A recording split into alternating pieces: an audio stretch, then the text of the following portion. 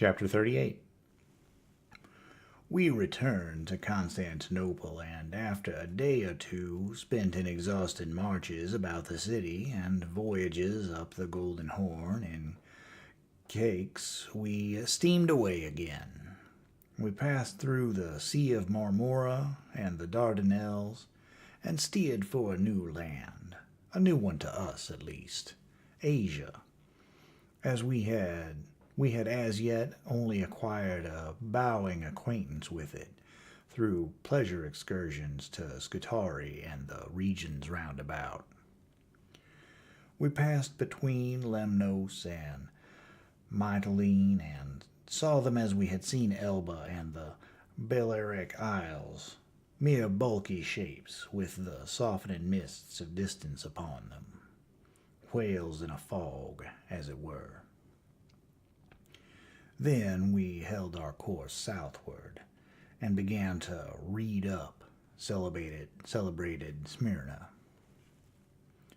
At all hours of the day and night, the sailors in the forecastle amused themselves and aggravated us by burlesquing our visit to royalty.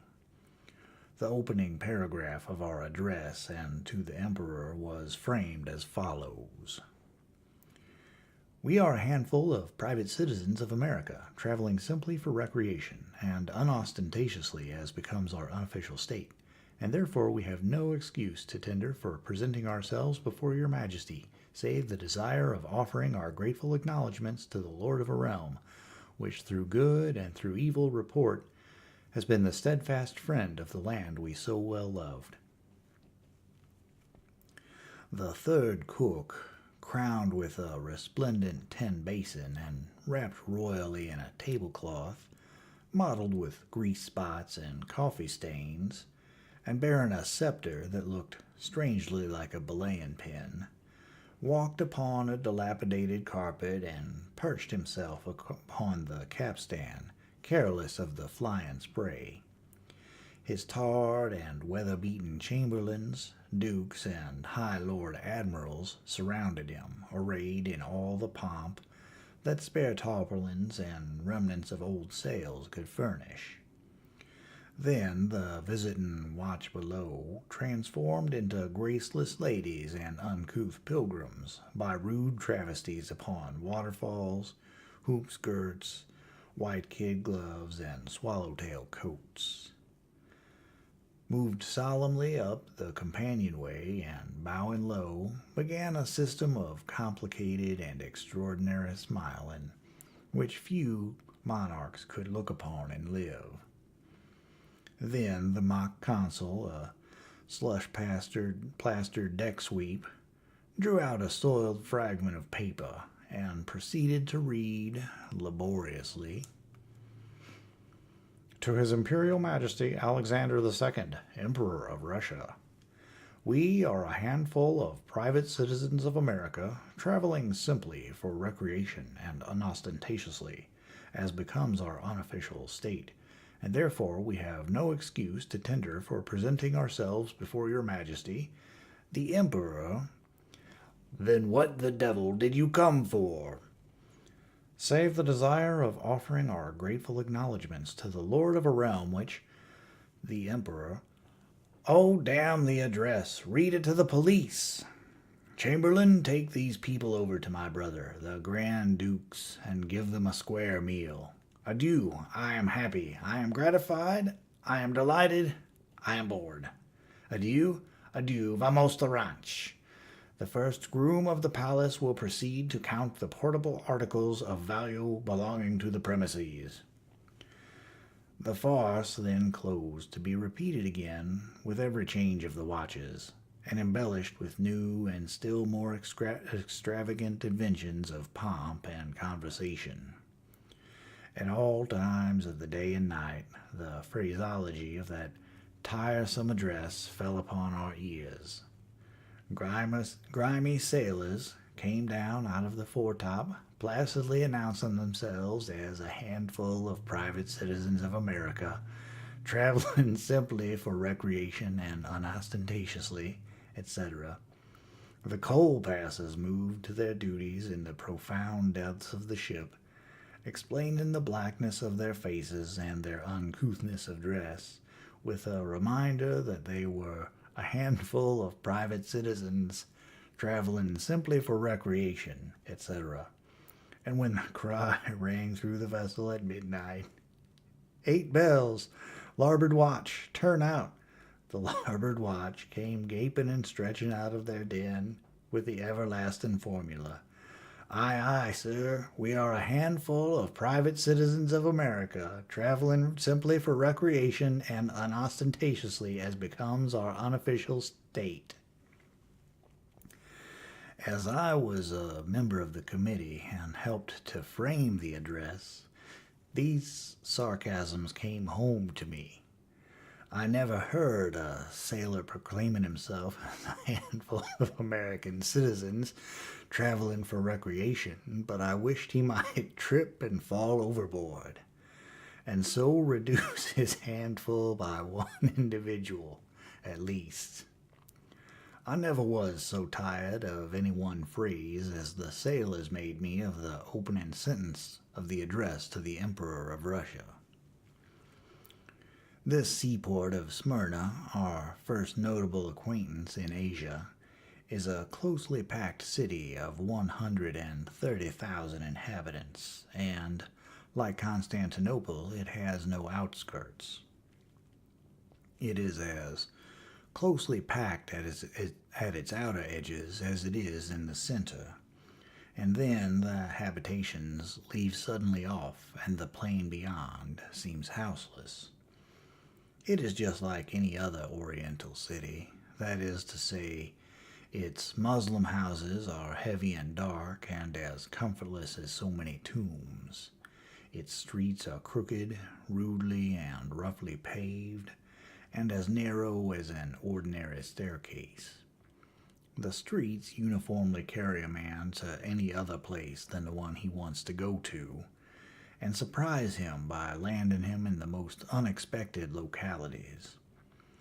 Business is chiefly carried out in great covered bazaars, celled like a honeycomb with innumerable shops no larger than a common closet, and the whole hive cut up into a maze of alleys, about wide enough to accommodate a laden camel, and well calculated to confuse a stranger and eventually lose him. Everywhere there is dirt, everywhere there are fleas, everywhere there are lean, broken-hearted dogs. Every alley is thronged with people. Wherever you look, your eye rests upon a wild masquerade of extravagant costumes. The workshops are all open to the streets, and the workmen visible. All manner of sounds assail the ear, and over them all rings out the muezzin's cry from some tall minaret, calling the faithful vagabonds to prayer. And superior to the call to prayer, the noises in the streets, the interest of the costumes, superior to everything and claiming the bulk of the attention first, last, and all the time, is a combination of the Mohammedan stenches to which the smell of even a Chinese quarter would be as pleasant as the roasting odors of the fatted calf to the nostrils of the returning prodigal. Such is Oriental luxury, such is Oriental splendor. We read about it in all our days, but we comprehend it not until we see it. Smyrna is a very old city. Its name occurs several times in the Bible. One or two of the disciples of Christ visited it, and here was located one of the original 7 apocalyptic churches spoken of in Revelation. These churches were symbolized in the scriptures as candlesticks, and on certain conditions there was a sort of implied promise that Smyrna should be endowed with a crown of life. She was to be faithful unto death. Those were the terms. She has not kept up her faith straight along, but the pilgrims that wander hither consider that she has come near enough to it to save her, and so they point to the fact that Smyrna today wears her crown of life and is a great city. and with a great commerce and full of energy, while the cities wherein were located the other 6 churches, and to which no crown of life was promised, have vanished from the earth. So Smyrna really still possesses her crown of life in a business point of view. Her career for 18 centuries has been a checkered one, and she has been under the rule of princes of many creeds. Yet there has been no season during all that time, as far as we know, and during such seasons as she was inhabited at all, that she has been without her little community of Christians, faithful unto death. Hers was the only church against which no threats were implied in the Revelations, and the only one which survived. With Ephesus 40 miles from here, where was located another of the 7 churches, the case was different. The candlestick has been removed from Ephesus. Her light has been put out. Pilgrims, always prone to find prophecies in the Bible, and often where none exist, speak cheerfully and complacently of poor ruined Ephesus as the victim of prophecy. And yet there is no sentence that promises without due qualification the destruction of the city. The words are, "Remember, therefore, from whence thou art fallen, and repent and do the first works, or else I will come unto thee quickly, and will remove thy candlestick out of his place, except thou repent." That is all. The other verses are singularly complimentary to Ephesus. The threat is qualified. There is no history to show that she did not repent, but the cruelest habit of modern prophecy savants is that one of coolly and arbitrarily fitting the prophetic shirt on the wrong man. They do it without regard to rhyme or reason. Both the cases I have just mentioned are instances in point. Those prophecies are distinctly leveled at the churches of Ephesus, Smyrna, etc., and yet the pilgrims invariably make them refer to the cities instead. No crown of life is promised to the town of Smyrna and its commerce, but to the handful of Christians who formed its church. If they were faithful unto death, they have their crown now, but no amount of faithfulness and legal shrewdness combined could legitimately drag the city into a participation in the promises of the prophecy. The stately language of the Bible refers to a crown of life whose luster will reflect the day-beams of the endless ages of eternity, not the butterfly existence of a bitty city built by men's hands, which must pass to dust with the boulders and be forgotten even in the mere handful of centuries vouchsafed to the solid world itself between its cradle and its grave. The fashion of delving out fulfillments of prophecy, where that prophecy consists of mere ifs, trenches upon the absurd.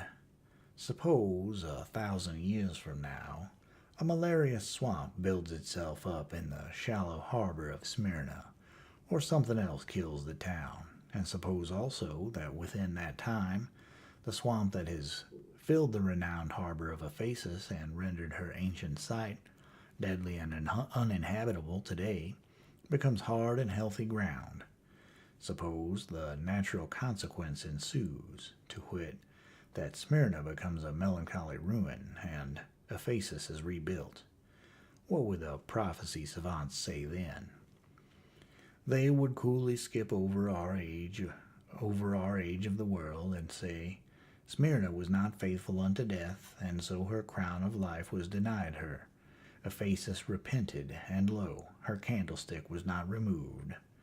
Behold these evidences. How wonderful is prophecy! Smyrna has been utterly destroyed 6 times. If her crown of life had been an insurance policy, she would have had an opportunity to collect on it the first time she fell. But she holds it on sufferance and by a complimentary construction of language which does not refer to her. 6 different times, however, I suppose some infatuated prophecy enthusiast blundered along and said, to the infinite disgust of Smyrna and the Smyrnites, in sooth, here is astounding fulfillment of prophecy. Smyrna has not been faithful unto death, and behold, her crown of life is vanished from her head. Verily, these things be astonishing. Such things have a bad influence. They provoke worldly men into using light conversation concerning sacred subjects. Thick-headed commentators upon the Bible and stupid preachers and teachers work more damage to religion than sensible, cool-brained clergymen can fight away again, toil as they may. It is not good judgment to fit a crown of life upon a city which has been destroyed 6 times. That other class of wiseacres who twist prophecy in such a manner as to make it promise the destruction and desolation of the same city use judgment just as bad, since the city is in a very flourishing condition now, unhappily for them. These things put arguments into the mouth of infidelity. A portion of the city is pretty exclusively Turkish. The Jews have a quarter to themselves, the Franks another quarter, also with the Armenians. The Armenians, of course, are Christians. Their houses are large, clean, airy, handsomely paved with black and white squares of marble, and in the center of many of them is a square court, which has in it a luxuriant flower garden and a sparkling fountain. The doors of all the rooms open on this. A very wide hall leads to the street door, and in this the women sit most of the day. In the cool of the evening they dress up in their best raiment and show themselves at the door. They are all comely of countenance, and exceedingly neat and cleanly. They look as if they were just out of a bandbox. Some of the young ladies, many of them, I may say, are even very beautiful. They average a shade better than American girls, with which treasonable words I pray may be forgiven me. They are very sociable, and will smile back when a stranger smiles at them, bow back when he bows, and talk back if he speaks with them.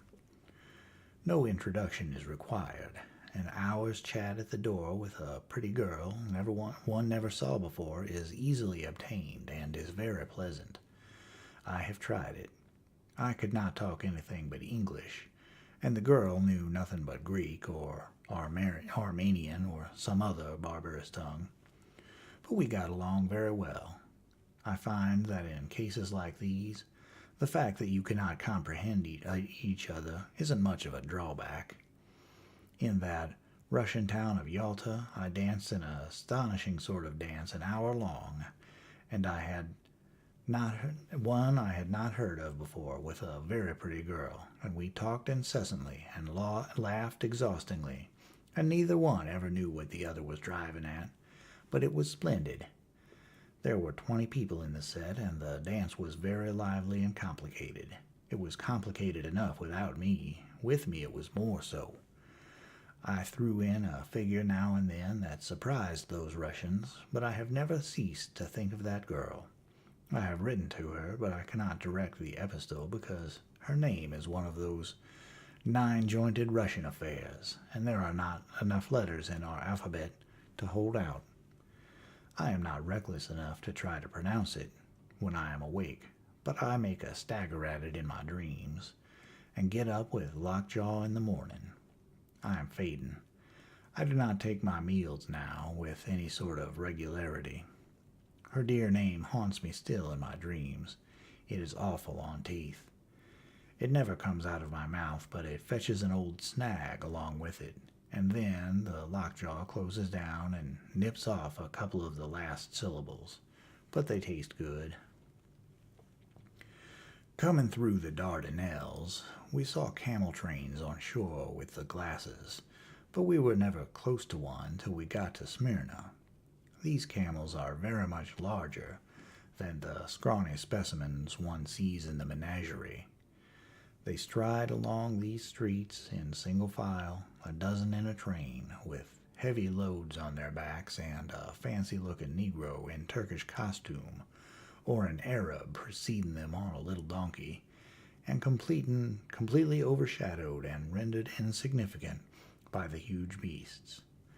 To see a camel train laden with the spices of Arabia and the rare fabrics of Persia come marching through the narrow alleys of the bazaar, among porters with their burdens, money changers, lamp merchants, alm-nashars in the glassware business, portly cross-legged Turks smoking the famous narghili, and the crowds drifting to and fro in the fanciful costumes of the East, is a genuine revelation of the Orient. The picture lacks nothing. It casts you back at once into your forgotten boyhood, and again you dream over the wonders of the Arabian Nights.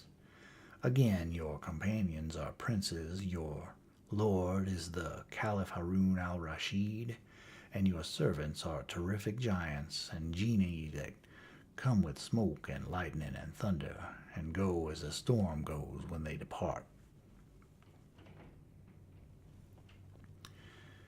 Chapter 39.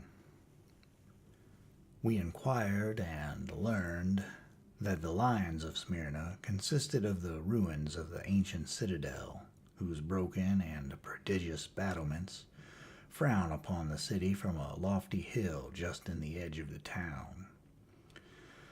The Mount Pagus of Scripture, they call it, the site that one of the 7 apocalyptic churches of Asia, which was located here in the 1st century of the Christian era, and the grave and the place of martyrdom of the venerable Polycarp, who suffered in Smyrna for his religion some 1,800 years ago. We took little donkeys and started. We saw Polycarp's tomb and then hurried on. The 7 churches, thus they abbreviated, came next on the list. We rode there, about 1.5 miles in the sweltering sun, and visited a little Greek church, which they said was built upon the ancient site, and we paid a small fee, and the holy attendant gave each of us a little wax candle as a remembrancer of the place, and I put mine in my hat, and the sun melted it, and the grease all ran down the back of my neck. And so now I have not anything left but the wick, and it is a sorry and wilted-looking wick at that.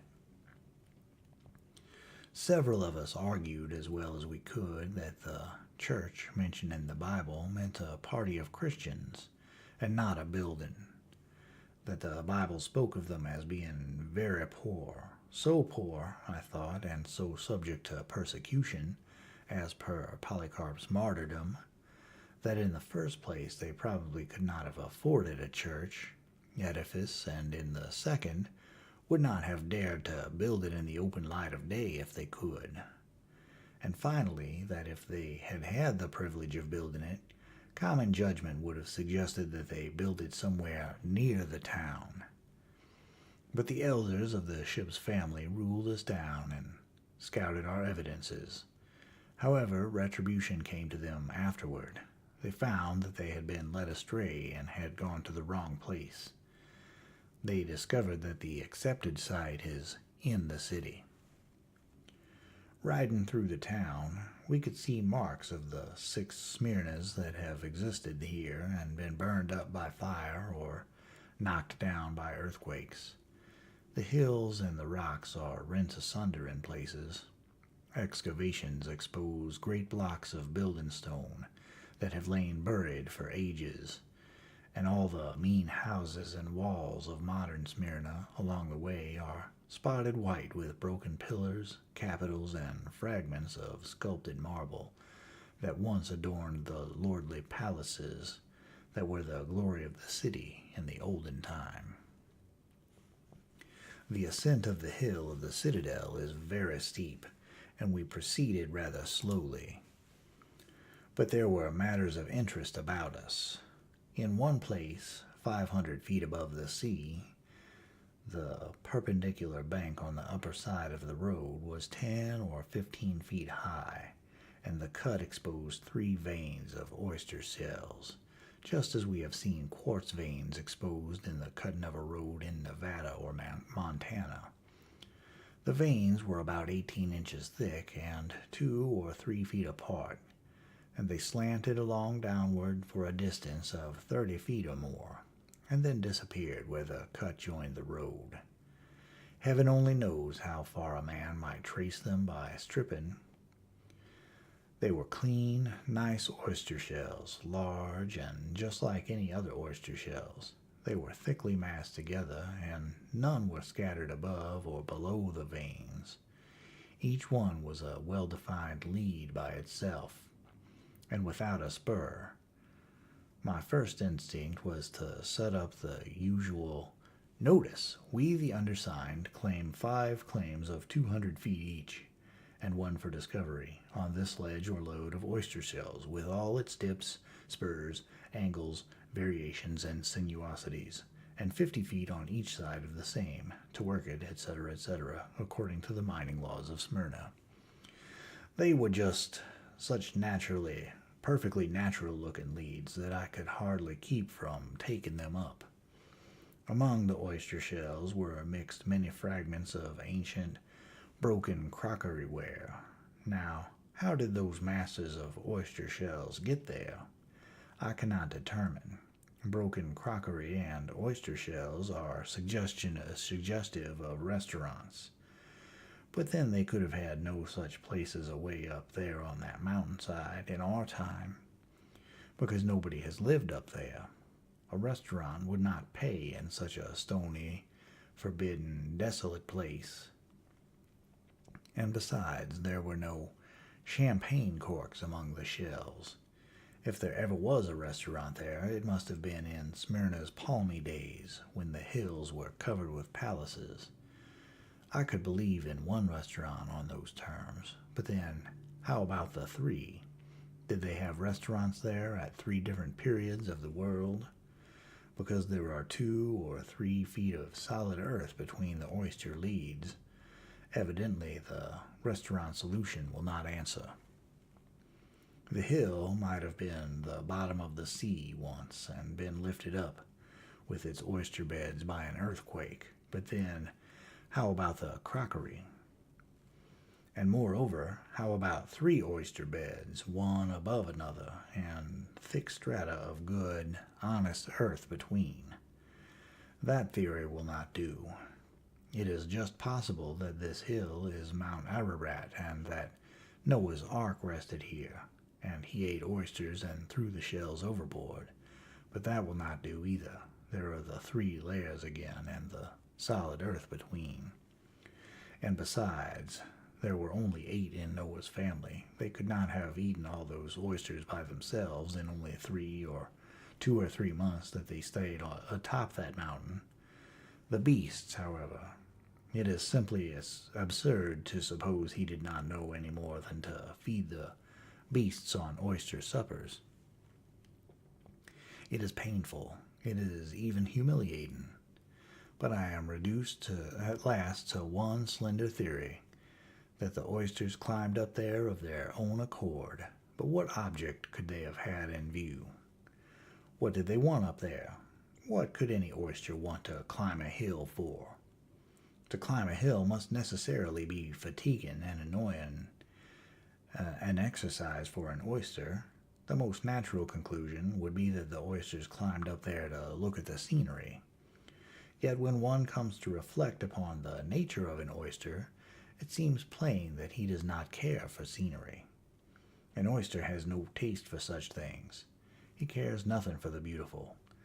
An oyster is of a retiring disposition, and not lively, not even cheerful above the average, and never enterprising. But above all, an oyster does not take any interest in scenery. He scorns it. What have I arrived at now? Simply at the point I started from. Namely, those oyster shells are there, in regular layers, 500 feet above the sea, and no man knows how they got there. I have hunted up the guidebooks, and the gist of what they say is this: they are there, but how they got there is a mystery. 25 years ago, a multitude of people in America put on their ascension robes, took a tearful leave of their friends, and made ready to fly up into heaven at the first blast of the trumpet. But the angel did not blow it. Miller's resurrection day was a failure. The Millerites were disgusted.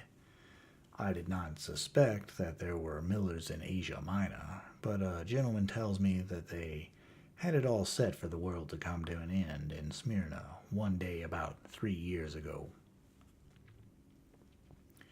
There was much buzzing and preparation for a long time previously, and it culminated in a wild excitement at the appointed time. A vast number of the populace ascended to the Citadel Hill early in the morning to get out of the way of the general destruction, and many of the infatuated closed up their shops and retired from all earthly business.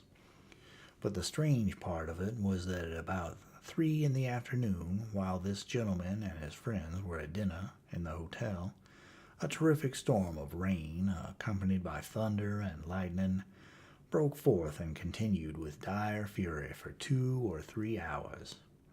It was a thing unprecedented in Smyrna at that time of the year, and scared some of the most skeptical. The streets ran rivers, and the hotel floor was flooded with water. The dinner had to be suspended. When the storm finished and left everybody drenched through and melancholy and half drowned, the ascensionists came down from the mountains as dry as so many charity sermons. They had been looking down upon the fearful storm going on below, and really believed that their proposed destruction of the world was proven a grand success. A railway here in Asia, in the dreamy realm of the Orient, in the fabled land of the Arabian Nights, is a strange thing to think of, and yet they have one already, and are building another. The present one is well built and well conducted by an English company, but is not doing an immense amount of business. The first year it carried a good many passengers, but its freight list only comprised 800 pounds of figs. It runs almost to the very gates of Ephesus, a town great in all ages of the world, a city familiar to readers of the Bible, and one which was as old as the very hills when the disciples of Christ preached in its streets. It dates back to the shadowy ages of tradition, and was the birthplace of gods renowned in Grecian mythology. The idea of a locomotive tearing through such a place as this, and waking the phantoms of its old days of romance out of their dreams of dead and gone centuries, is curious enough. We journey thither tomorrow to see the celebrated ruins.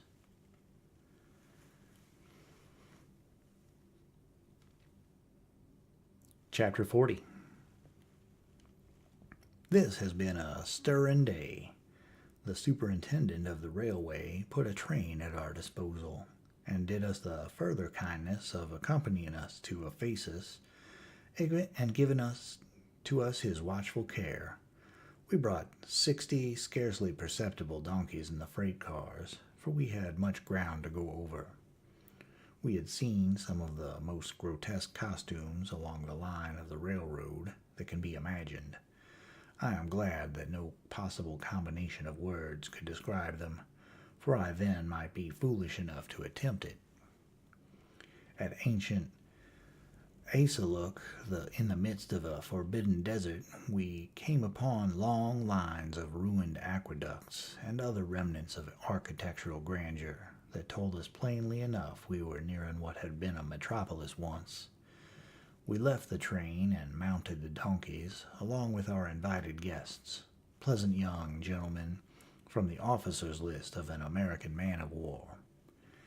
The little donkeys had saddles upon them, which were made very high in order that the riders' feet might not drag the ground. The preventative did not work well in the cases of our tallest pilgrims, however. There were no bridles, nothing but a single rope tied to the bit. It was purely ornamental, for the donkey cared nothing for it. If he were drifting to starboard, you might put your helm down hard the other way, if it were any satisfaction to you to do it, but he would continue to drift starboard all the same. There was only one process which could be depended upon, and it was to get down and lift his rear around until his head pointed in the right direction, or take him under your arm and carry him to a part of the road which he could not get out of without climbing. The sun flamed down as hot as a furnace, and neck scarves, veils, and umbrellas seemed hardly any protection. They served only to make the long procession look more than ever fantastic, for it be known the ladies were all riding astride because they could not stay on the shapeless saddles sidewise. The men were perspiring and out of temper. Their feet were banging against the rocks. The donkeys were capering in every direction but the right one, and being belabored with clubs for it, and every now and then a broad umbrella would suddenly go down out of the cavalcade, announcing to all that one more pilgrim had bitten the dust. It was a wilder picture than those solitudes had seen for many a day. No donkeys ever existed that were as hard to navigate as these, I think, or that had so many vile, exasperating instincts. Occasionally we grew so tired and breathless with fighting them that we had to desist, and immediately the donkey would come down to a deliberate walk.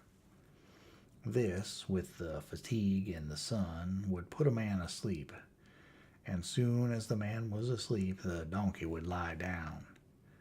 My donkey shall never see his boyhood's home again. He has laid down once too often. He must die. We all stood in the vast theater of ancient Ephesus, the stone-benched amphitheater, and had our picture taken. We looked as proper there as we would look anywhere, I suppose. We do not embellish the general desolation of a desert too much. We add what dignity we can to a stately ruin with our green umbrellas and jackasses, but it is little. However, we mean well. I wish to say a brief word of the aspect of Ephesus. On a high, steep hill toward the sea is a gray ruin of ponderous blocks of marble, wherein, tradition says, St. Paul was imprisoned 18 centuries ago.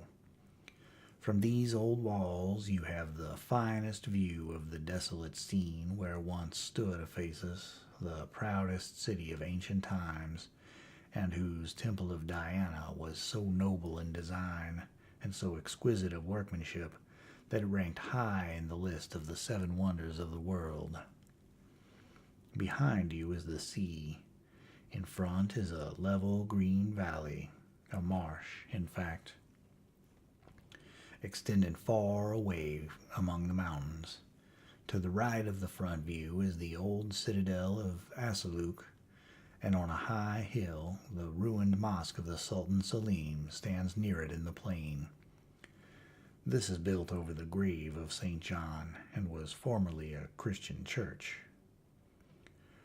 Further toward you is the hill of Pion, around whose front is clustered all that remains of the ruins of Ephesus that still stand. Divided from it by a narrow valley is the long, rocky, rugged mountain of the Caucasus. The scene is a pretty one, and yet desolate, for in that wide plain no man can live, and in it is no human habitation. But for the crumbling arches and the monstrous piers and broken walls that rise from the foot of the hill of Pion, one could not believe that in this place once stood a city whose renown is older than tradition itself. It is incredible to reflect that things as familiar all over the world today as household words belong in the history and in the shadowy legends of this silent, mournful solitude. We speak of Apollo and of Diana. They were born here. Of the metamorphosis of Syrinx into a reed, it was done here.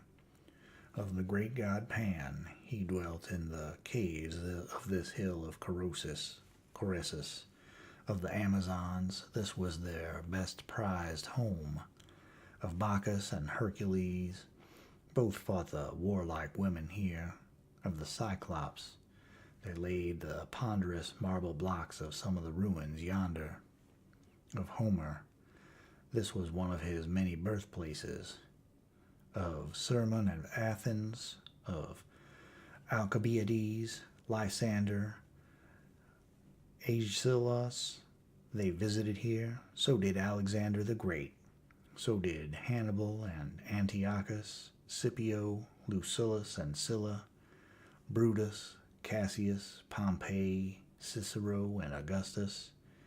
Antony was a judge in this place, and left his seat in the open court while the advocates were speaking to run after Cleopatra, who passed the door from this city. These two sailed on pleasure excursions in galleys with silver oars and perfumed sails, and with companies of beautiful girls to serve them, and actors and musicians to amuse them, in days that seem almost modern.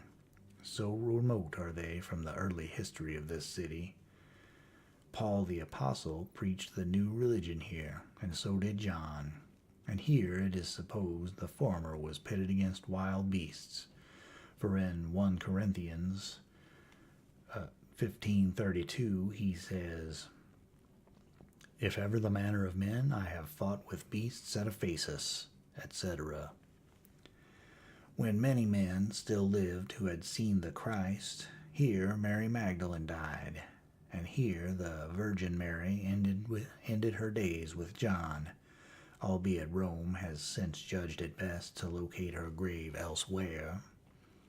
600 or 700 years ago, almost yesterday as it were, troops of mail-clad crusaders thronged the streets, and to come down to trifles, we speak of meandering streams, and find a new interest in a common word when we discover the crooked river Meander in yonder valley gave it to our dictionary. It makes me feel as old as these dreary hills to look upon these moss-hung ruins, this historic desolation. One may read the scriptures and believe, but he cannot go and stand yonder in the ruined theater and in imagination people it again with the vanished multitudes who mobbed Paul's comrades there and shouted with one voice, "Great is Diana of the Ephesians." The idea of a shout in such a solitude as this almost makes one shudder. It was a wonderful city, this Ephesus. Go where you will about these broad plains, you find the most exquisitely sculptured marble fragments scattered thick among the dust and weeds, and protruding from the ground or lying prone upon it are beautiful fluted columns of porphyry and all precious marbles, and at every step you find elegantly carved capitals and massive bases and polished tablets engraved with Greek inscriptions. It is a world of precious relics, a wilderness of marred and mutilated gems.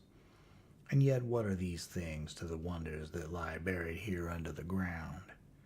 At Constantinople, at Pisa, and the cities of Spain are great mosques and cathedrals whose grandest columns came from the temples and palaces of Ephesus, and yet one has only to scratch the ground here to match them. We shall never know what magnificence is until this imperial city is laid bare to the sun. The finest piece of sculpture we have yet seen, and the one that impresses us most, for we do not know much about art and cannot easily work up ourselves into ecstasies over it, is one that lies in this old theater of Ephesus, which St. Paul's riot has made so celebrated. It is only the headless body of a man, clad in a coat of mail, with a Medusa head upon the breastplate, but we feel persuaded that such dignity and such majesty were never thrown into a form of stone before. What builders were these men of antiquity?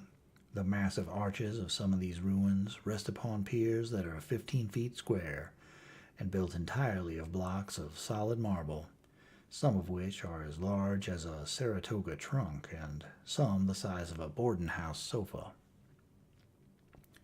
They are not shells or shafts of stone filled inside with rubbish, but the whole pier is a mass of solid masonry. Vast arches that may have been the gates of the city are built in the same way. They have braved the storms and sieges of 3,000 years and have been shaken by many an earthquake, but still they stand. When they dig alongside them, they find ranges of ponderous masonry that are as perfect in every detail as they were the day those old Cyclopean giants finished them. An English company is going to excavate Ephesus, and now I am reminded of the legend of the seven sleepers. In the Mount of Pion yonder is the cave of the seven sleepers.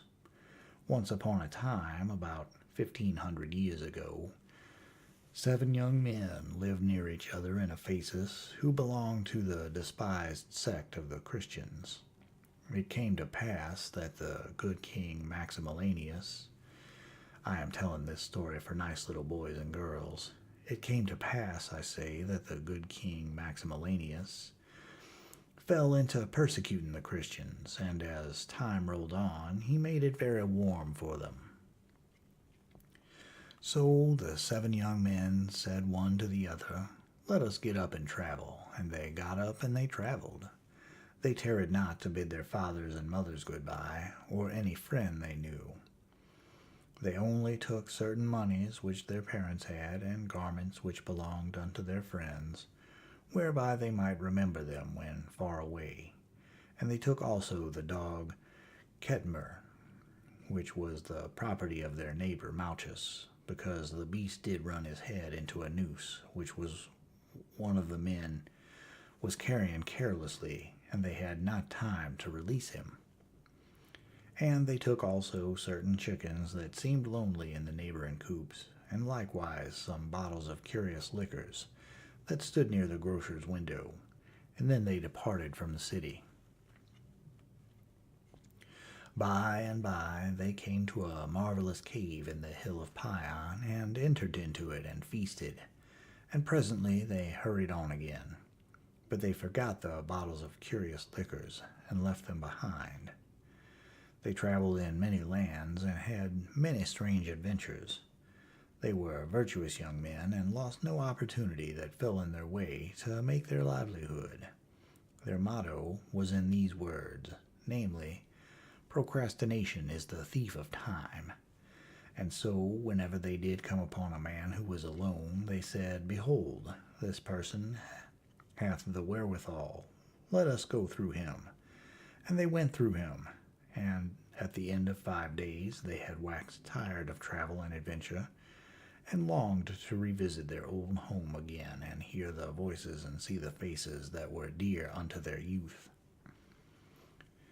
Therefore they went through such parties as fell in their way where they sojourned at that time, and journeyed back toward Ephesus again, for the good king Maximilianus was become converted unto the new faith, and the Christians rejoiced because they were no longer persecuted.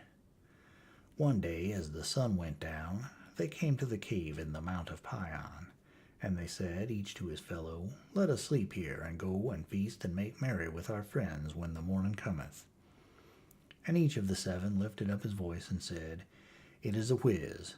So they went in, and lo, where they had put them, there lay the bottles of strange liquors. And they judged that age had not impaired their excellence, wherein the wanderers were right, and the heads of the same were level. So each of the young men drank 6 bottles, and behold, they felt very tired then, and lay down and slept soundly. When they awoke, one of them, Johannes, surnamed Smithianus, said, "We are naked," and it was so. Their raiment was all gone, and the money which they had gotten from a stranger, whom they had preceded through as they approached the city, was lying upon the ground, corroded and rusted and defaced. Likewise the dog Ketmer, was gone, and nothing save the brass that was upon his collar remained. They wondered much at these things, but they took the money and then wrapped about their bodies some leaves, and came up to the top of the hill. Then they were perplexed. The wonderful temple of Diana was gone. Many grand edifices that they had never seen before stood in the city. Men in strange garbs moved about the streets, and everything was changed. Johannes said, "It hardly seems like Ephesus, yet here is the great gymnasium, there is the mighty theater, wherein I have seen 70,000 men assembled. Here is the agora, there is the font where the sainted John the Baptist immersed the converts. Yonder is the prison of the good St. Paul, where we all did use to go to touch the ancient chains that bound him and be cured of our distempers. I see the tomb of the disciple Luke, and afar off is the church wherein repose the ashes of the holy John, where the Christians of Ephesus go twice a year to gather the dust from the tomb, which is able to make bodies whole again that are corrupted by disease, and cleanse the soul from sin. But see how the wharves encroach upon the sea, and what multitudes of ships are anchored in the bay. See also how the city hath stretched abroad far over the valley beyond Pion, and even unto the walls of the Asaluk.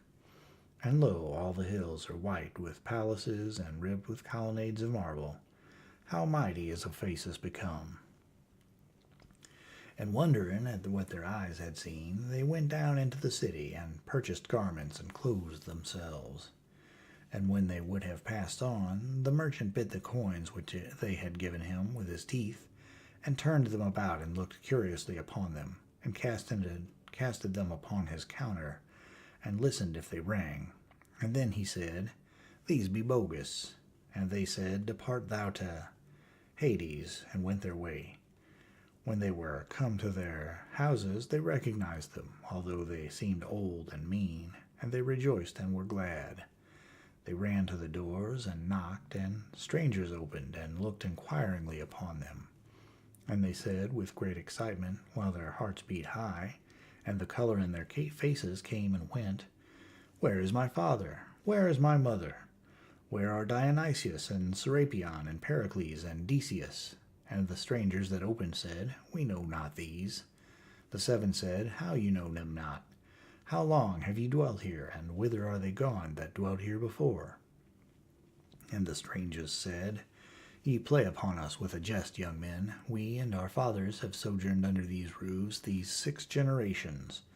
The names ye utter rot upon the tombs, and they that bore them have run their brief race, have laughed and sung, have borne the sorrows and the weariness that were allotted them, and are at rest for 90 years. The summers have come and gone, and the autumn leaves have fallen, since the roses faded out of their cheeks, and they laid them to sleep with the dead."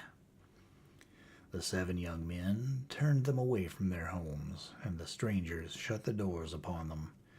The wanderers marveled greatly, and looked into the faces of all they met, as hoping to find one that they knew. But all were strange, and passed them by, and spake no friendly word. They were sore distressed and sad. Presently they spake unto a citizen, and said, "Who is king in Ephesus?" And the citizen answered and said, "Whence come ye, that ye know not that great Laertius reigns in Ephesus?" They looked at one another, greatly perplexed, and presently asked, "Where, then, is the good king Maxilanius?" The citizen moved him apart as one who is afraid, and said, "Verily these men are mad, and dream dreams, else would they know that the king whereof they speak is dead above 200 years gone." Then the scales fell from the eyes of the 7, and one said, "Alas, that we drank of the curious liquors. They have made us weary, and in dreamless sleep these 2 long centuries have we lain. Our homes are desolate, our friends are dead. Behold, the jig is up, let us die." And that same day they went forth and laid them down and died. And in that selfsame day, likewise, The 7 up did cease in Ephesus, for that 7 that were up were down again, and departed, and dead withal. And the names that be upon their tombs, even unto this time, are Johannes, Smithianus, Trumps, Gift, High and Low, Jack, and the Game. And with the sleepers lie also the bottles wherein were once the curious liquors, and upon them is writ in ancient letters such words as these: Dames of heathen gods of olden time, perchance rumpuck, ginsling, eggnog. Such is the story of the 7 sleepers, with slight variations, and I know it is true because I have seen the cave myself. Really, so firm a faith had the ancients this legend that as late as 800 or 900 years ago, learned travelers held it in superstitious fear. 2 of them record that they ventured into it, but ran quickly out again, not daring to tarry lest they should fall asleep and outlive their great-grandchildren a century or so. Even at this day, the ignorant denizens of the neighboring country prefer not to sleep in it. Chapter 41. When I last made a memorandum, we were at Ephesus. We are in Syria now, encamped in the mountains of Lebanon. The interregnum has been long, both as to time and distance. We brought not a relic from Ephesus. After gathering up fragments of sculptured marbles and breaking ornaments from their interior work of the mosques, and after bringing them at a cost of infinite trouble and fatigue, 5 miles on muleback to the railway depot, a government officer compelled all who had such things to disgorge. He had an order from Constantinople to look out for our party and see that we carried nothing off. It was a wise, a just, and a well-deserved rebuke, but it created a sensation. I never resist a temptation to plunder a stranger's premises without feeling insufferably vain about it. This time I felt proud beyond expression. I was serene in the midst of the scoldings that were heaped upon the Ottoman government for its affront offered to a pleasuring party of entirely respectable gentlemen and ladies. I said, "We that have free souls, it touches us not." The shoe not only pinched our party, but it pinched hard. A principal sufferer discovered that the imperial order was enclosed in an envelope bearing the seal of the British embassy at Constantinople, and therefore must have been inspired by the representative of the Queen. This was bad, very bad. Coming solely from the Ottomans, it might have signified only Ottoman hatred of Christians, and a vulgar ignorance as to genteel methods of expressing it. But coming from the Christianized, educated, politic British legation, it simply intimated that we were a sort of gentlemen and ladies who would bear watching. So the party regarded it, and we were incensed accordingly. The truth doubtless was that the same precautions would have been taken against any travelers, because the English company, who have acquired the right to excavate Ephesus and have paid a great sum for that right, need to be protected and deserve to be. They cannot afford to run the risk of having their hospitality abused by travelers, especially since travelers are such notorious scorners of honest behavior.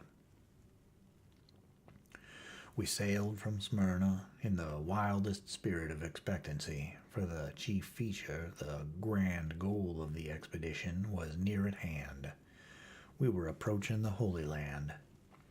Such a burrowing into the hold for trunks that had lain buried for 2 weeks, yes, for months. Such a hurrying to and fro, above decks and below. Such a riotous system of packing and unpacking. Such a littering up of the cabins with shirts and skirts and indescribable and unclassable odds and ends, such a making up of bundles and setting apart of umbrellas, green and spectacles and thick veils, such a critical inspection of saddles and bridles that had never yet touched horses, such a cleaning and loading of revolvers and examining of bowie knives, such a half soling of the seats of pantaloons with serviceable buckskin, then such a poring over ancient maps, such a reading up of Bibles and Palestine travels, such a marking out of routes, such exasperating efforts to divide up the company into little bands of congenial spirits who might make the long and arduous journey without quarreling and mourning. And morning, noon, and night, such mass meetings in the cabins, such speech making, such sage suggesting, such worrying and quarreling, and such a general raising of the very mischief, was never seen in the ship before. But it is all over now. We are cut up into parties of 6 or 8, and by this time all are scattered far and wide. Ours is the only one, however, that is venturing on what is called the long trip, that is, out into Syria by Baalbek to Damascus, and thence down through the full length of Palestine. It would be a tedious and also a too risky journey at this hot season of the year for any but strong, healthy men accustomed to somewhat to fatigue and rough life in the open air. The other parties will take shorter journeys. For the last 2 months we have been in a worry about one portion of this Holy Land pilgrimage. I refer to transportation service. We knew very well that Palestine was a country which did not do a large passenger business, and every man we came across who knew anything about it gave us to understand that not half our party would be able to get dragomen and animals. At Constantinople, everybody fell to telegraphing the American consuls at Alexandria and Beirut to give notice that we wanted dragomen and transportation. We were desperate, would take horses, jackasses, camelopards, kangaroos, anything. At Smyrna, more telegraphing was done, to the same end. Also, fearing for the worst, we telegraphed for a large number of seats in the diligence for Damascus, and horses for the ruin for Baalbek. As might have been expected, a notion got abroad in Syria and Egypt that the whole population of the province of America, the Turks consider us a trifling little province in some unvisited corner of the world, were coming to the Holy Land. And so when we got to Beirut yesterday, we found the place full of dragomen and their outfits. We had all intended to go by diligence to Damascus and switch off to Baalbek as we went along, because we expected to rejoin the ship, go to Mount Carmel, and take to the woods from there. However, when our own private party of 8 found that it was possible and proper enough to make the long trip, we adopted that program. We have never been much trouble to a consul before, but we have been a faithful nuisance to our consul at Beirut. I mention this because I cannot help admiring his patience, his industry, and his accommodating spirit. I mention it also because I think some of our ship's company did not give him as full credit for his excellent services as he deserved. Well, out of our 8, 3 were selected to attend to all business connected with the expedition. The rest of us had nothing to do but look at the beautiful city of Beirut, with its bright new houses nestled among a wilderness of green shrubbery, spread abroad over an upland that sloped gently down to the sea, and also at the mountains of Lebanon that environ it, and likewise to bathe in the transparent blue water that rolled its billows about the ship. We did not know there were sharks there. We also had to range up and down through the town and look at the costumes. These are picturesque and fanciful, but not so varied as at Constantinople and Smyrna. The women of Beirut add an agony. In the former two cities, the sex wear a thin veil which one can see through, and they often expose their ankles. But at Beirut, they cover their entire faces with dark colored or black veils, so that they look like mummies, and then expose their breasts to the public. A young gentleman, I believe he was a Greek, volunteered to show us around the city, and said it would afford him a great pleasure, because he was studying English and wanted practice in that language.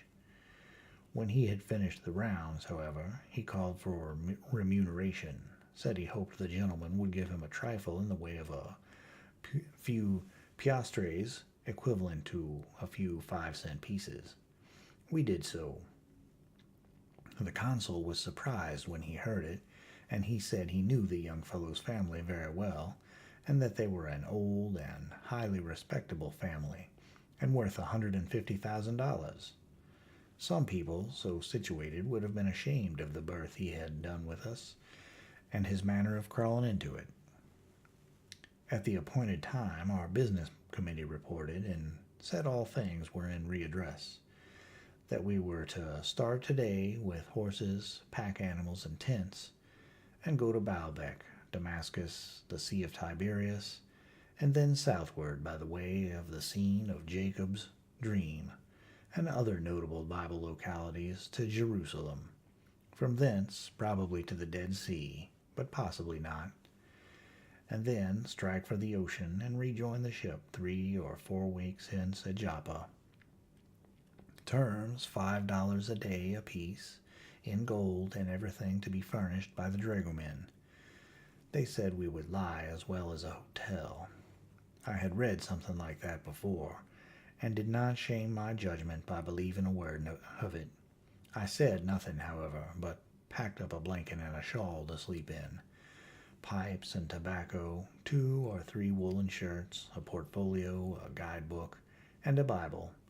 I also took along a towel and a cake of soap, to inspire respect in the Arabs, who would take me for a king in disguise. We were to select our horses at 3 p.m. At that hour, Abraham, the dragoman, marshaled them before us.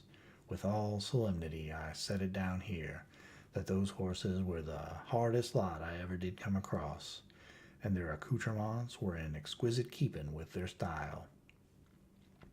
One brute had an eye out, another had its tail sawed off close like a rabbit, and was proud of it. Another had a bony ridge running from his neck to his tail, like one of those ruined aqueducts one sees about Rome, and had a neck on him like a bowsprit. They all limped, and had sore backs, and likewise raw places and old scales scattered about their persons, like brass nails in a hair trunk. Their gaits were marvelous to contemplate, and replete with variety. Under way the procession looked like a fleet in a storm. It was fearful. Blucher shook his head and said, "That dragon is going to get himself into trouble fetching these old crates out of the hospital the way they are, unless he has got a permit." I said nothing. The display was exactly according to the guidebook, and were we not traveling by the guidebook? I selected a certain horse because I thought I saw him shy, and I thought a horse that had spirit enough to shy was not to be despised. At 6:00 p.m. we came to a halt here on the breezy summit of a shapely mountain overlooking the sea, and the handsome valley where dwelt some of those enterprising Phoenicians of ancient times we read so much about. All around us, what were once the dominions of Hiram, king of Tyre, who furnished timber from the cedars of these Lebanon hills to build portions of King Solomon's temple with. Shortly after 6, our pack train arrived. I had not seen it before, and a good right I had to be astonished. We had 19 serving men and 26 packed mules. It was a perfect caravan. It looked like one, too, as it wound among the rocks. I wondered what in the very mischief we wanted with such a vast turnout as that for 8 men. I wondered a while, but soon I began to long for a tin plate and some bacon and beans. I had camped out many and many a time before, and knew just what was coming. I went off without waiting for serving men, and unsaddled my horse, and washed such portions of his ribs and his spine as projected through his hide. And when I came back, behold, 5 stately circus tents were up, tents that were brilliant within, with blue and gold and crimson, and all manner of splendid adornment. I was speechless. Then they brought 8 little iron bedsteads and set them up in the tents. They put a soft mattress and pillows and good blankets and 2 snow-white sheets on each bed. Next, they rigged a table about the center pole, and placed on it pewter pitchers, basins, soap, and the whitest of towels. 1 set for each man.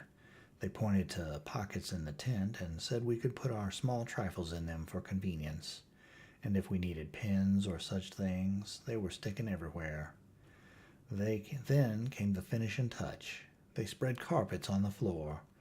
I simply said, "If you call this camping out, all right, but it isn't the style I'm used to. My little baggage that I brought along is at a discount." It grew dark, and they put candles on the tables, candles set in bright, new brazen candlesticks, and soon the bell, a genuine Simon Pure bell, rang, and we were invited to the saloon. I had thought before that we had a tent or so too many, but now here was one, at least, provided for. It was to be used for nothing but an eating saloon. Like the others, it was high enough for a family of giraffes to live in, and was very handsome and clean and bright-colored within. It was a gem of a place, a table for 8 and 8 canvas chairs, a tablecloth and napkins whose whiteness and whose fineness laughed to scorn the things we were used to in the great excursion steamer, knives and forks, soup plates, dinner plates, everything in the handsomest kind of style. It was wonderful, and they call this camping out. Those stately fellows in baggy trousers and turbaned fezzes brought in a dinner which consisted of roast mutton, roast chicken, roast goose, potatoes, bread, tea, pudding, apples, and delicious grapes. The viands were better cooked than any we had eaten for weeks, and the table made a finer appearance with its large German silver candlesticks and other finery than any table we had sat down to for a good while. And yet that polite dragoman, Abraham, came bowing in and apologizing for the whole affair on account of the unavoidable confusion of getting under way for a very long trip, and promising to do a good deal better in the future. It is midnight now, and we break camp at 6 in the morning. They call this camping out. At this rate, it is a glorious privilege to be a pilgrim to the Holy Land. Chapter 42. We are camped near Timin el Foka, a name which the boys simplified a good deal for the sake of convenience in spelling. They call it Jacksonville. It sounds a little strangely here in the valley of Lebanon, but it has the merit of being easier to remember than the Arabic name. Come like spirits, so depart. The night shall be filled with music, and the cares that infest the day shall fold their tents like the Arabs, and silently steal away. I slept very soundly last night, yet when the dragoman's bell rang at 5:30 this morning, and the cry went abroad of 10 minutes to dress for breakfast, I heard both. It surprised me, because I have not heard the breakfast gong in the ship for a month, and whenever we have had occasion to fire a salute at daylight, I have only found it out in the course of conversation afterward. However, camping out, even though it be in a gorgeous tent, makes one fresh and lively in the morning, especially if the air you are breathing is the cool, fresh air of the mountains. I was dressed within the 10 minutes and came out. The saloon tent had been stripped of its sides and had nothing left but its roof, so when we sat down to table we could look out over a noble panorama of mountain, sea, and hazy valley. And sitting thus, the sun rose slowly up and suffused the picture with a world of rich coloring. Hot mutton chops, fried chicken, omelets, fried potatoes, and coffee, all excellent. This was the bill of fare. It was sauced with a savage appetite purchased by hard riding the day before, and refreshing sleep in a pure atmosphere. As I called for a second cup of coffee, I glanced over my shoulder and beheld our white village was gone. The splendid tents had vanished like magic.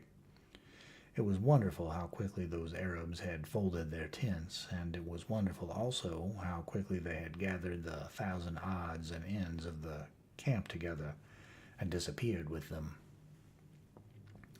By 6:30 we were under way, and all the Syrian world seemed to be under way also. The road was filled with mule trains and long processions of camels. This reminded me that we might have been trying for some time to think what a camel looks like, and now we have made it out. When he is down on all his knees, flat on his breast to receive his load, he looks something like a goose swimming, and when he is upright, he looks like an ostrich with an extra set of legs. Camels are not beautiful, and their long underlip gives them an exceedingly gallus, excuse the slang, no other word will describe it, expression. They have immense, flat, forked cushions of feet that make a track in the dust like a pie with a slice cut out of it. They are not particular about their diet. They would eat a tombstone if they could bite it. A thistle grows about here which has needles on it that would pierce through leather, I think, if one touches you. You can find relief in nothing but profanity. The camels eat these. They show by their actions that they enjoy them. I suppose it would be a real treat to a camel to have a keg of nails for supper. While I am speaking of animals, I will mention that I have a horse now by the name of Jericho. He is a mare. I have seen remarkable horses before, but none so remarkable as this. I wanted a horse that could shy, and this one fills the bill. I had an idea that shying indicated spirit. If I was correct, I have got the most spirited horse on earth. He shies at everything he comes across with the utmost impartiality. He appears to have a mortal dread of telegraph poles especially, and it is fortunate that these are on both sides of the road, because as it is now, I never fall off twice in succession on the same side. If I fell on the same side always, it would get to be monotonous after a while. This creature has scared at everything he has seen today, except a haystack. He walked up to that with an intrepidity and a recklessness that were astonishing, and it would fill anyone with admiration to see how he preserves his self-possession in the presence of a barley sack. This daredevil bravery will be the death of this horse some day. He is not particularly fast, but I think he will get me through the Holy Land. He has only one fault. His tail has been chopped off, or else he has sat down on it too hard some time or another, and he has to fight the flies with his heels.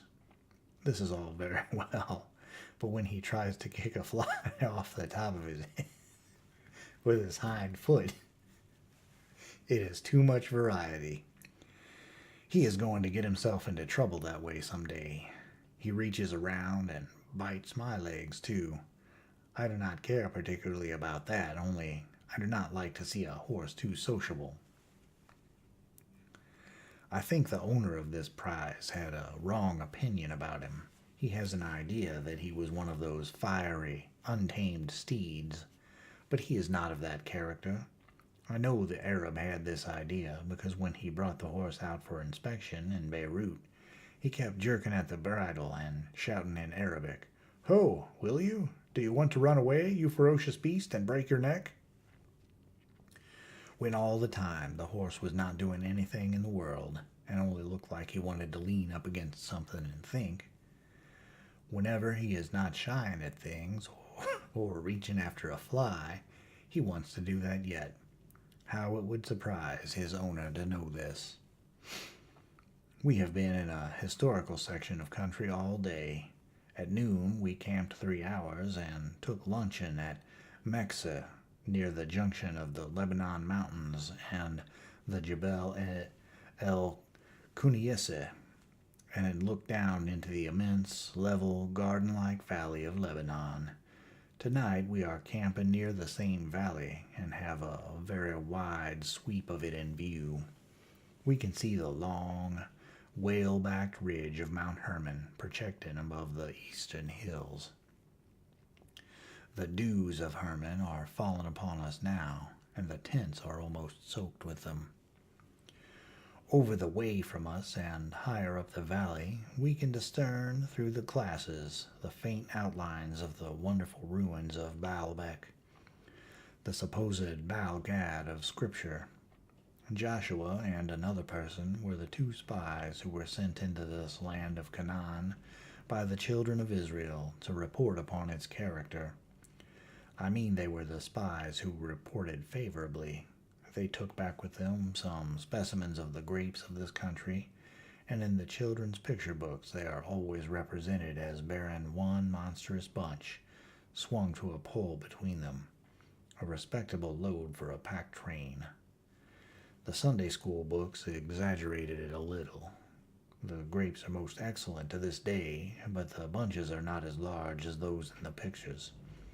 I was surprised and hurt when I saw them, because those colossal bunches of grapes were one of my most cherished juvenile traditions.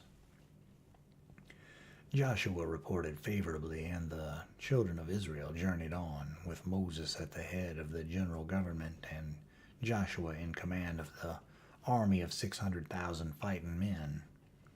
Of women and children and civilians there was a countless swarm. Of all that mighty host, none but the 2 faithful spies ever lived to set their feet in the promised land. They and their descendants wandered 40 years in the desert, and then Moses, the gifted warrior, poet, statesman, and philosopher, went up into Pisgah and met his mysterious fate. Where he was buried, no man knows, for no man dug that sepulchre, and no man saw it e'er. For the sons of God upturned the sod, and laid the dead man there. Then Joshua began his terrible raid, and from Jericho clear to this Baalgad, he swept the land like the genius of destruction. He slaughtered the people, laid waste their soil, and razed their cities to the ground. He wasted 31 kings also. One may call it that, though really it can hardly be called wasting them, because there were always plenty of kings in those days, and to spare. At any rate, he destroyed 31 kings, and divided up their realms among his Israelites. He divided up this valley stretched out here before us, and so it was once Jewish territory. The Jews have long since disappeared from it, however. Back yonder, an hour's journey from here, we passed through an Arab village of stone dry goods boxes, they look like that, where Noah's tomb lies under lock and key. Noah built the ark. Over these old hills and valleys, the ark that contained all that was left of a vanished world once floated. I make no apology for detailing the above information. It will be news to some of my readers, at any rate. Noah's tomb is built of stone and is covered with a long stone building. Bucksheesh let us in. The building had to be long because the grave of the honored old navigator is 210 feet long itself. It is only about 4 feet high, though. He must have cast a shadow like a lightning rod. The proof that this is the genuine spot where Noah was buried can only be doubted by uncommonly incredulous people. The evidence is pretty straight. Shem, the son of Noah, was present at the burial and showed the place to his descendants, who transmitted the knowledge to their descendants, and the lineal descendants of these introduced themselves to us today. It was pleasant to make the acquaintance of members of so respectable a family. It was a thing to be proud of. It was the next thing to being acquainted with Noah himself. Noah's memorable voyage will always possess a living interest for me henceforth. If ever an oppressed race existed, it lies in this one we see fettered around us under the inhuman tyranny of the Ottoman Empire. I wish Europe would let Russia annihilate Turkey a little. Not much, but enough to make it difficult to find the place again without a divining rod or a diving bell. The Syrians are very poor, and yet they are ground down by a system of taxation that would drive any other nation frantic. Last year their taxes were heavy enough in all conscience, but this year they have been increased by the addition of taxes that were forgiven them in times of famine in former years. On top of this, the government has levied a tax of 1/10 of the whole proceeds of the land. This is only half the story. The Pasha of a Pashalik does not trouble himself with appointing tax collectors. He figures up what all these taxes ought to amount to in a certain district. Then he farms the collection out. He calls the rich men together. The highest bidder gets the speculation, pays the Pasha on the spot, and then sells out to smaller fry, who sell in turn to a practical horde of still smaller fry. These latter compel the peasant to bring his little trifle of grain to the village at his own cost. It must be weighed, the various taxes set apart, and the remainder returned to the producer. But the collector delays this duty day after day, while the producer's family are perishing for bread. At last, the poor wretch, who cannot but understand the game, says, "Take a quarter, take a half, take 2/3, if you will, and let me go." It is a most outrageous state of things. These people are naturally good-hearted and intelligent, and with education and liberty would be a happy and contented race. They often appeal to the stranger to know if the great world will not some day come to their relief and save them. The Sultan has been lavishing money like water in England and Paris, but his subjects are suffering for it now. This fashion of camping out bewilders me. We have boot jacks and a bathtub now, and yet all the mysteries the pack mules carry are not revealed. What next? Chapter 43. We had a tedious ride of about 5 hours in the sun across the valley of Lebanon. It proved to be not quite so much of a garden as it had seemed from the hillsides. It was a desert, weed-grown waste, littered thickly with stones the size of a man's fist. Here and there the natives had scratched the ground and reared a sickly crop of grain, but for the most part the valley was given up to a handful of shepherds, whose flocks were doing what they honestly could to get a living, but the chances were against them. We saw rude piles of stones standing near the roadside at intervals and recognized the custom of marking boundaries which obtained in Jacob's time. There were no walls, no fences, no hedges, nothing to secure a man's possessions but these random heaps of stones. The Israelites held them sacred in the old parochial times, and these other Arabs, their lineal descendants, do so likewise. An American of ordinary intelligence would soon widely extend his property at an outlay of mere manual labor performed at night under so loose a system of fencing as this. The plows these people use are simply a sharpened stick, such as Abraham plowed with, and they still winnow their wheat as he did. They pile it up on the housetop and then toss it by shovelfuls into the air until the wind has blown all the chaff away. They never invent anything, never learn anything. We had a fine race of a mile with an Arab perched on a camel.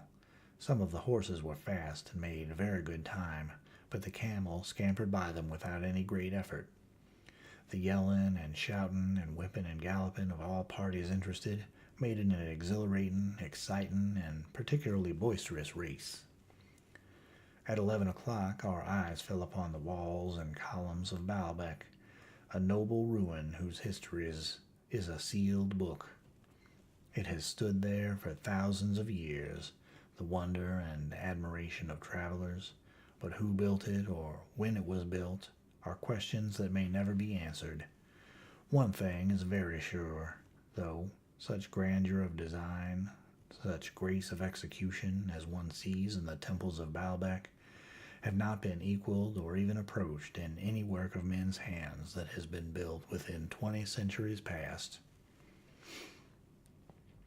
The great temple of the sun, the temple of Jupiter, and several smaller temples are clustered together in the midst of one of these miserable Syrian villages, and look strangely enough in such plebeian company. These temples are built upon massive subconstructions that might support a world almost. The materials used are blocks of stone as large as an omnibus. Very few, if any of them, are smaller than a carpenter's tool chest, and these substructures are traversed by tunnels of masonry through which a train of cars might pass. With such foundations as these, it is little wonder that Baalbek has lasted so long. The Temple of the Sun is nearly 300 feet long and 160 feet wide. It has 54 columns around it, but only 6 are standing now. The others lie broken at its base, a confused and picturesque heap. The 6 columns are their bases, Corinthian, capitals, and entablature, and 6 more shapely columns do not exist. The columns and the entablature together are 90 feet high, a prodigious altitude for shafts of stone to reach, truly, and yet one only thinks of their beauty and symmetry when looking at them. The pillars look slender and delicate. The entablature, with its elaborate sculpture, looks like rich stucco work, but when you have gazed aloft till your eyes are weary, you glance at the great fragments of pillars among which you are standing, and find that they are 8 feet through, and with them lie beautiful capitals apparently as large as a small cottage, and also single slabs of stone, superbly sculptured, that are 4 or 5 feet thick, and would completely cover the floor of any ordinary parlor. You wonder where these monstrous things came from, and it takes some little time to satisfy yourself that the airy and graceful fabric that towers above your head is made up of their mates. It seems too preposterous. The Temple of Jupiter is a smaller ruin than the one I have been speaking of, and yet it is immense. It is in a tolerable state of preservation. One row of 9 columns stands almost uninjured. They are 65 feet high and support a sort of porch or roof which connects them with the roof of the building. This porch roof is composed of tremendous slabs of stone, which are so finely sculptured on the underside that the work looks like a fresco from below. 1 or 2 of these slabs has fallen, and again I wondered if the gigantic masses of carved stone that lay about me were no larger than those above my head. Within the temple the ornamentation was elaborate and colossal. What a wonder of architectural beauty and grandeur this edifice must have been when it was new. And what a noble picture it and its statelier companion, with the chaos of mighty fragments scattered about them, yet makes in the moonlight. I cannot conceive how those immense blocks of stone were ever hauled from their quarries, or how they were ever raised to the dizzy heights they occupy in the temple. And yet these sculptured blocks are trifles in size compared with the rough-hewn blocks that form the wide veranda or platform which surrounds the great temple. One stretch of that platform, 200 feet long, is composed of blocks of stone as large as, and some of them larger than, a streetcar. They surmount a wall about 10 or 12 feet high. I thought those were large blocks, but they sank into insignificance compared with those which formed another section of the platform. These were 3 in number, and I thought that each of them was about as long as 3 streetcars placed end to end, though of course they are a third wider, and a third higher than a streetcar. Perhaps 2 railway freight cars of the largest pattern, placed end to end, might better represent their size. In combined length, these 3 stones stretch nearly 200 feet. They are 13 feet square. 2 of them are 64 feet long each, and the third is 69. They are built into the massive wall some 20 feet above the ground. They are there, but how they got there is the question. I have seen the hull of a steamboat that was smaller than one of these stones. All of these great walls are as exact and shapely as the flimsy things we build of bricks in these days. A race of gods or giants must have inhabited Baalbek many a century ago. Men like the men of our day could hardly rear such temples as these. We went to the quarry from whence the stones of Baalbek were taken. It was about a quarter of a mile off and downhill. In a great pit lay the mate of the largest stone in the ruins. It lay there just as the giants of that old forgotten time had left it when they were called hence, just as they had left it to remain for 1,000 years, an eloquent rebuke unto such as are prone to think slightingly of the men who lived before them. This enormous block lies there, squared and ready for the builder's hands, a solid mass 14 feet by 17, and but a few inches less than 70 feet long. 2 buggies could be driven abreast of each other on its surface, from one end of it to the other, and leave room enough for a man or 2 to walk on either side. One might swear that all the John Smiths and George Wilkinsons and all the other pitiful nobodies between Kingdom Come and Baalbek would inscribe their poor little names upon the walls of Baalbek's magnificent ruins, and would add the town, the country, and the state they came from, and swearing thus be infallibly correct. It is a pity some great ruin does not fall in and flatten out some of these reptiles, and scare their kind out of ever giving their names to fame upon any walls or monuments again forever. Properly, with the sorry relics we bestrode, it was a 3 days' journey to Damascus. It was necessary that we should do it in less than 2. It was necessary because our 3 pilgrims would not travel on the Sabbath day. We were all perfectly willing to keep the Sabbath day, but there are times when to keep the letter of a sacred law, whose spirit is righteous, becomes a sin, and this was a case in point. We pleaded for the tired, ill-treated horses, and tried to show that their faithful service deserved kindness in return, and their hard lot compassion. But when did ever self-righteousness know the sentiment of pity? What were a few long hours added to the hardships of some overtaxed brutes when weighed against the perils of those human souls? It was not the most promising party to travel with, and hope to gain a higher veneration for religion through the example of its devotees.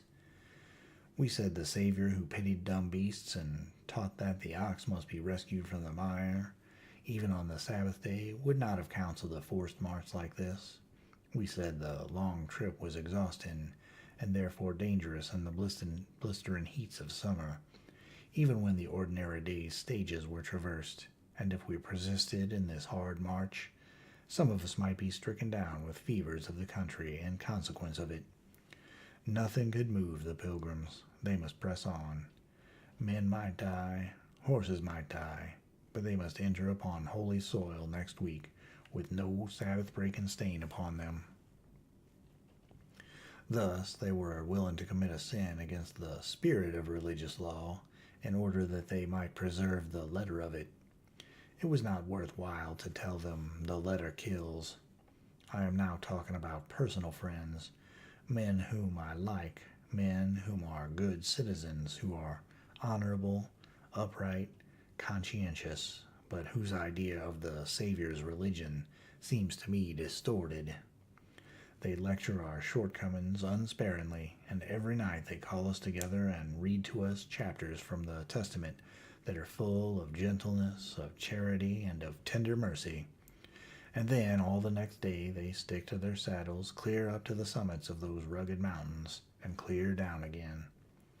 Apply the Testament's gentleness and charity and mercy to a toiling, worn, and weary horse? Nonsense. These are for God's human creatures, not his dumb ones. What the pilgrims choose to do, respect for their almost sacred character, demands that I should allow to pass.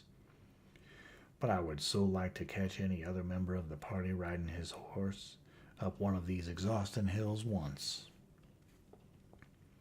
We have given the pilgrims a good many examples that might benefit them, but it is virtue thrown away.